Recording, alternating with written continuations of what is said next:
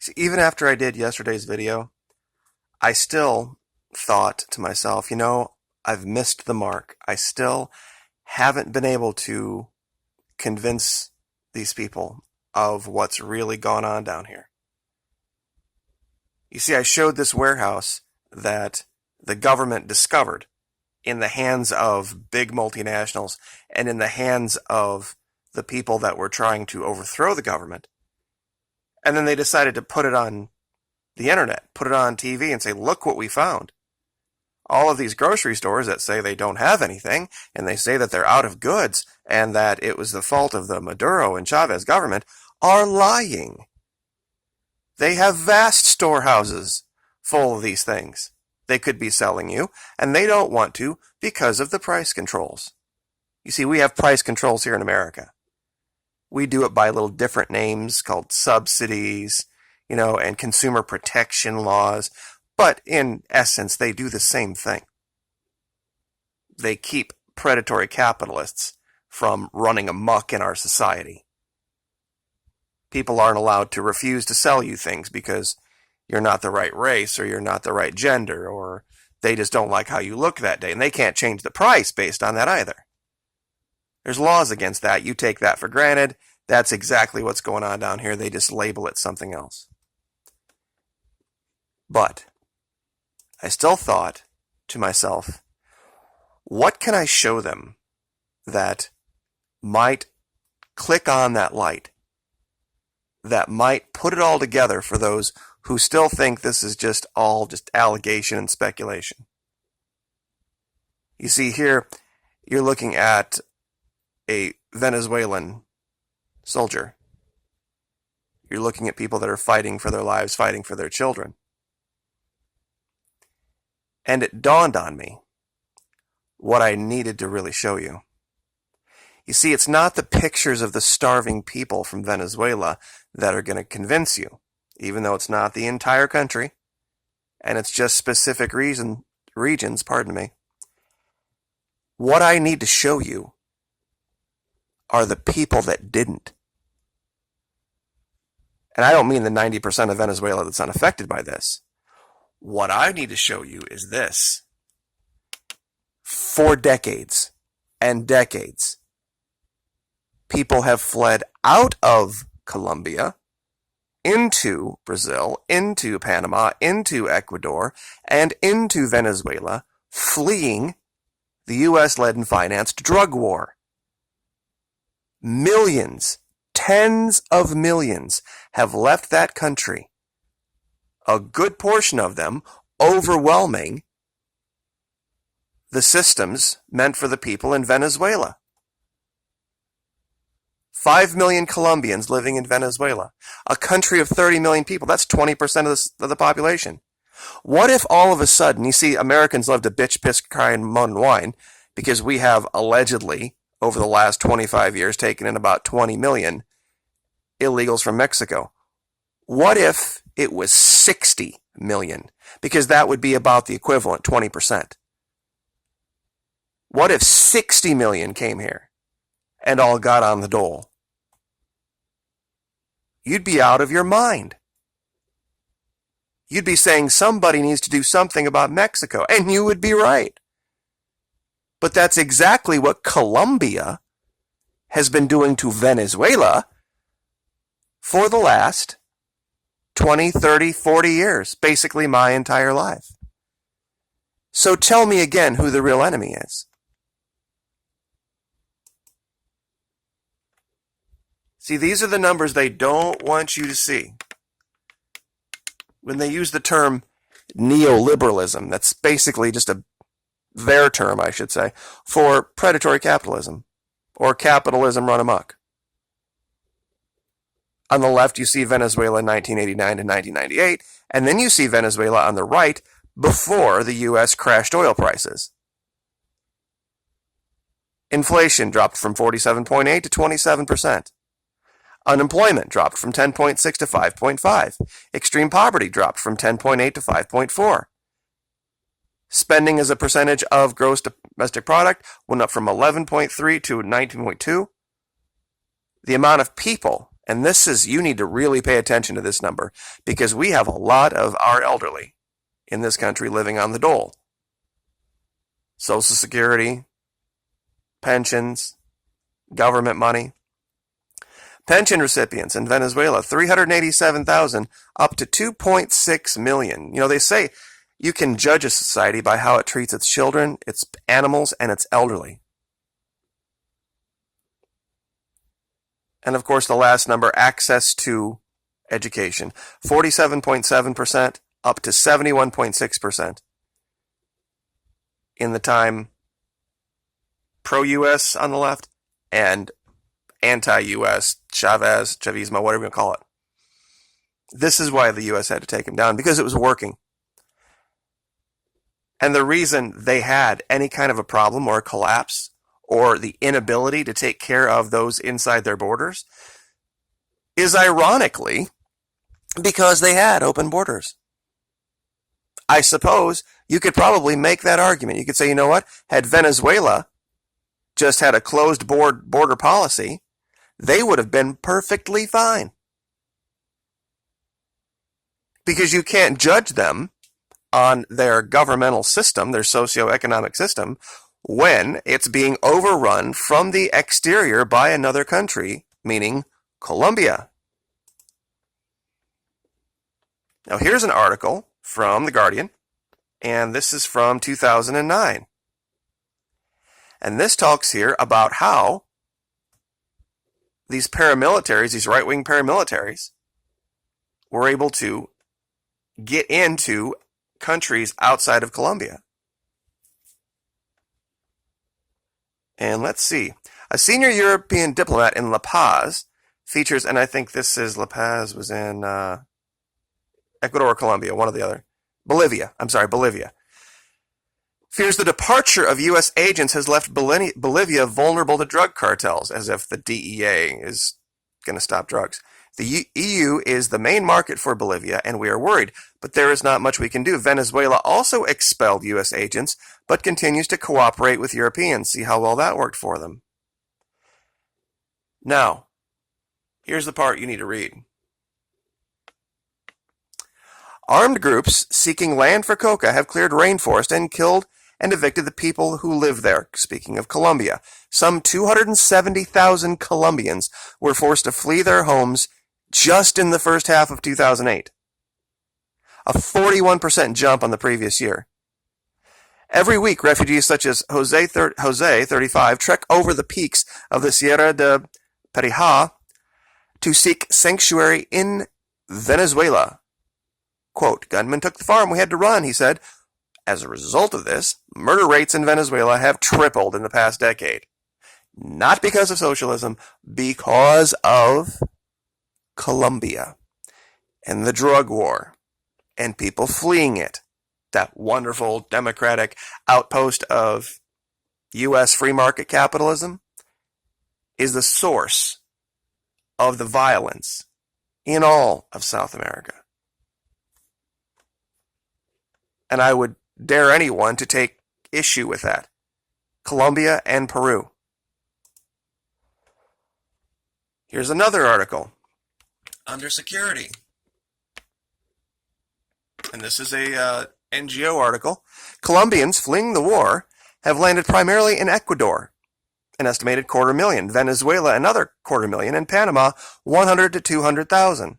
And this is a 2011 article. Now, think of all this in the context of how much money the U.S. sends to Colombia and how much it doesn't send to Venezuela and never has sent to Venezuela. Think about it critically, and you will see a very, very different picture. Colombians fleeing war without end, December 1, 2002. 200,000 Colombians dead, 200,000 displaced, and that was just in 2002 of that 1 year.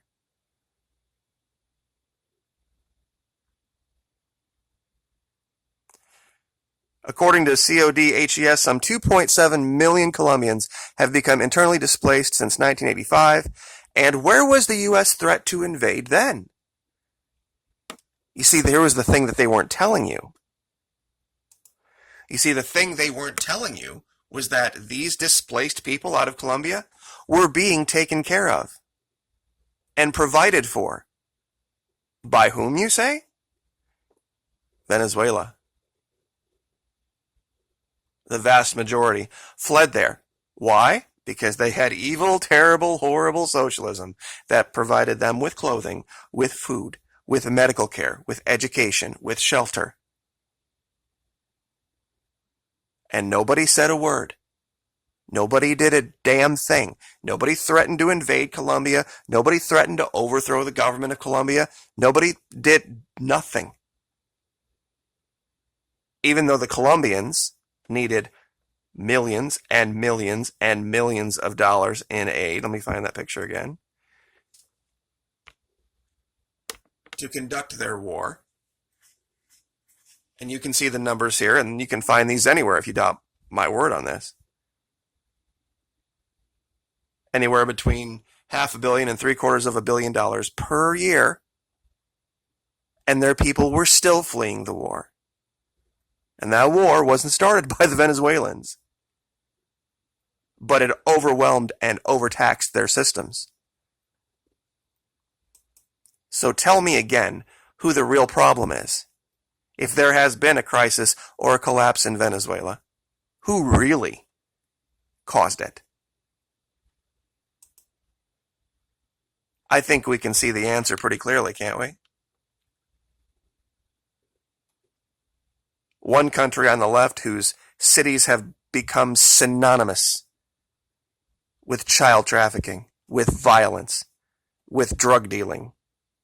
Worldwide, not for 5 years, not for 10 years, half a century. And on the right, a country whose name you've only heard recently. Since what, 2014? Because their level of evil rises to the idea of not charging more than $3 for a bag of flour. You see, that's their evil. Price controls. That's what gets you invaded by the United States. What Colombia does, paramilitaries running the country, robbing, raping, stealing, burning, for decades, causing millions of people to leave, starve, unless they go to places like Venezuela. No, that's perfectly fine with the world, perfectly fine with the U.S. The reason there wasn't a starvation event in Colombia, because of Venezuela. Because of other places taking these people in and covering for it. But now that Venezuela has the problem, they've become in the crosshairs of the United States. And their people now, after decades and decades of taking care of Colombian refugees, people have the temerity, the gall, and the audacity to say it's evil socialism. We need to overthrow their government. What a bunch of horse shit. What a bunch of hypocritical bullshit nonsense. This article here was from 2004 when Venezuela made a plan to actually give these people citizenship in their country. These Colombians fleeing the drug war. For victims of the Colombian conflict, the granting of refugee status is important because it opens up the possibility of rebuilding their lives in Venezuela. I left Colombia in 2000 and have been waiting for over 3 years to receive refugee status. Now I'm beginning to revive my hope for the future. The Commission's decision is crucial because it legalizes their status and enables them to exercise their basic rights in dignity. She said Venezuela has entered a new and important phase in its refugee policy, and we are fully supporting them in this endeavor. The Commission is an important step toward addressing the previously invisible plight of Colombians in need of protection in Venezuela. Currently, a total of 2,338 people have requested refugee status in Venezuela, but as many as 15,000 are believed to be in need of protection. Tens of thousands of victims of the Colombian conflict have also requested refugee status in the neighboring countries of Ecuador, Costa Rica, Peru, and Panama, and many thousands more have sought asylum in the United States, Canada, and Europe. So I don't ever want to hear bupkis about anything about Maduro or Chavez or all this bullshit. There's one criminal in all this, and his name is Alvaro Uribe, and you can look that up on your own. If Venezuela's systems weren't able to handle, meaning their social programs you're alleging were overspent on, their lack of economic fiscal discipline and all this bullshit, you can look right next door to Colombia for the last 20, 30, 40, 50 years. Overtaxing their systems that they've designed to take care of their people. See, Venezuela has 31 million people now, but when all this started, less than 20. We're talking a tiny, tiny, tiny country. And not all of Venezuela needed to have access to the programs designed for the poor. Many of them were quite wealthy. We're talking about a program, this, what you call price fixing or socialism or price controls or whatever, was designed to keep a population of 3 to 5 million indigenous and uneducated and on the edge people in a state where they could still buy groceries, where they could go to the store and they could afford things, and they weren't subject to predatory capitalists from big multinationals. We're talking a plan designed for a very, very, very tiny group of people. Most of Venezuela did not even need to bother because they were that wealthy.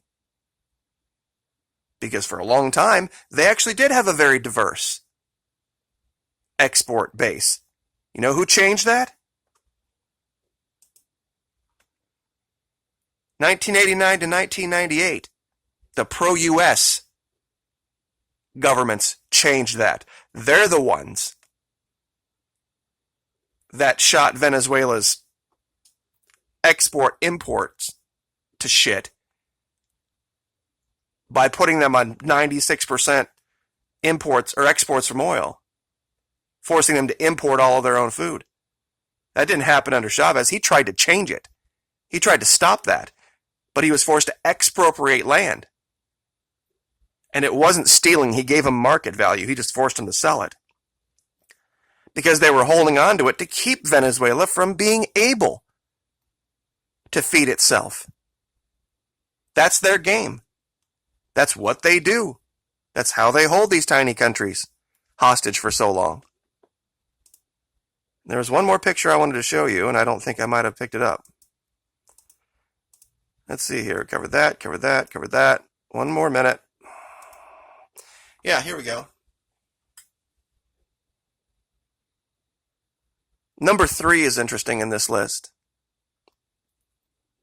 because that's a country we've covered a lot. Their dictator got a red carpet rollout to the White House very recently. But funny, you don't hear anybody talking about invasion. You don't hear anybody talking about overthrow. You don't hear anybody asking the Nigerian military to conduct a coup against their leader. But we've heard that out of our current administrator, our vice president, 2 secretaries of state, and a UN ambassador.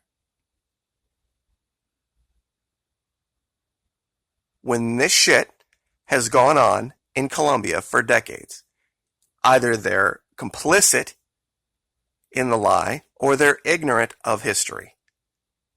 One of the two.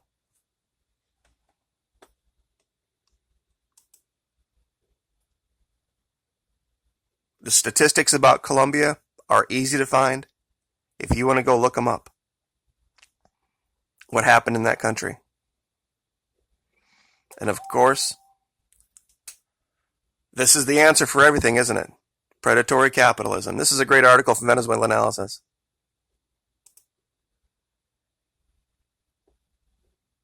And this article from Colombia Reports talks about some interesting corporations in Colombia that have been charged and convicted of hiring paramilitaries to kill people that got in their way. Bancolombia, disposition of land, Grupo Argos, same thing, Ecopetrol, EPM, and Nestle. So I suppose we can add Nestle to Del Monte, Dole, and Chiquita.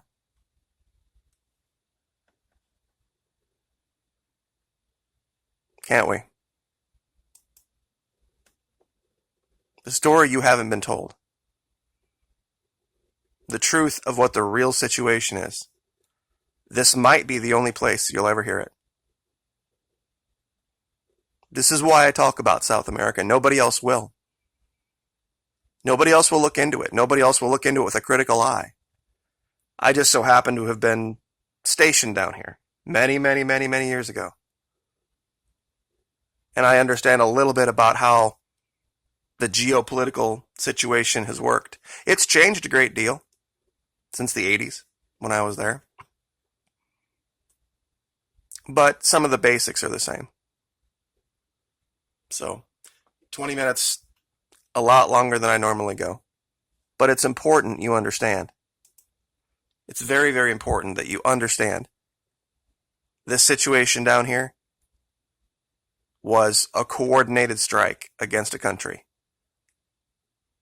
The collapse of gas prices, the paramilitaries, the sanctions, all in the same amount of time, 2014, 2015, the U.S. declaring Venezuela an extraordinary security threat, and that was the last administration, not this one.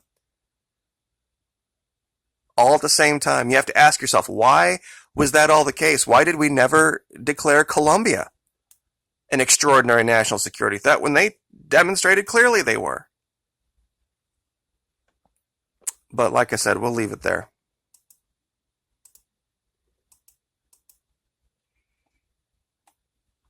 Sovereignty. It's getting rarer and rarer. Like, share, subscribe.